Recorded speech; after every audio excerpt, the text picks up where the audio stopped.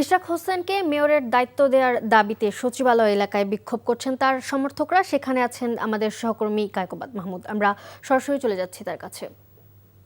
কায়কোবাদ, বিক্ষোভ কর্মসূচিতে কি বলছেন ইশরাকের সমর্থকরা, আর সেখানকার সর্বশেষ অবস্থা জানাবেন আমাদের।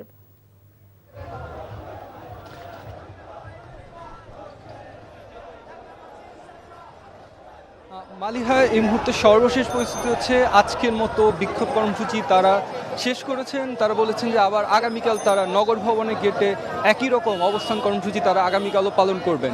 আর আজকে কর্মসূচির কথা যদি আমি বলি, তারা সকাল থেকেই কিন্তু ইশরাক হোসেনকে মেয়রের দায়িত্ব বুঝিয়ে দেওয়ার দাবিতে কিন্তু তারা এসে অবস্থান গ্রহণ করেন। বৃহস্পতিবার কিন্তু তারা বলেছিল যে তারা একটা বিক্ষোভ মিছিল করবে, সে অনুযায়ী কিন্তু আজকে সকাল থেকে তারা 10টা থেকে কিন্তু অবস্থান নিতে থাকে নগর ভবনের গেটে।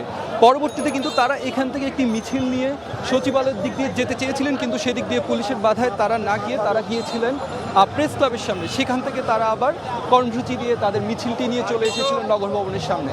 আর তারা যেটি বলছেন, তারা আসলে মূলত একটি কথাই বারবার বলছেন যে নির্বাচিত মেয়র থাকার পরেও যেহেতু আদালত রায় দিয়েছে, তেন তাকে দায়িত্ব বুঝিয়ে দেওয়া হচ্ছে না। তাদের দাবি এর ফলে কিন্তু ব্যাহত হচ্ছে নাগরিকদের সেবা প্রাপ্তিতে। নাগরিকরা যথাযথ সেবা পাচ্ছেন না তারা বলছেন তাদের।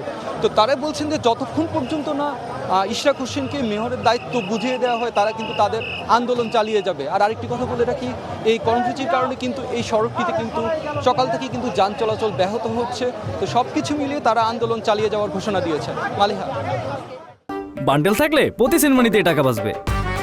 বিকাশ সেনমানি বান্ডেল কিনে জিতুন প্রতি লেনদেনে।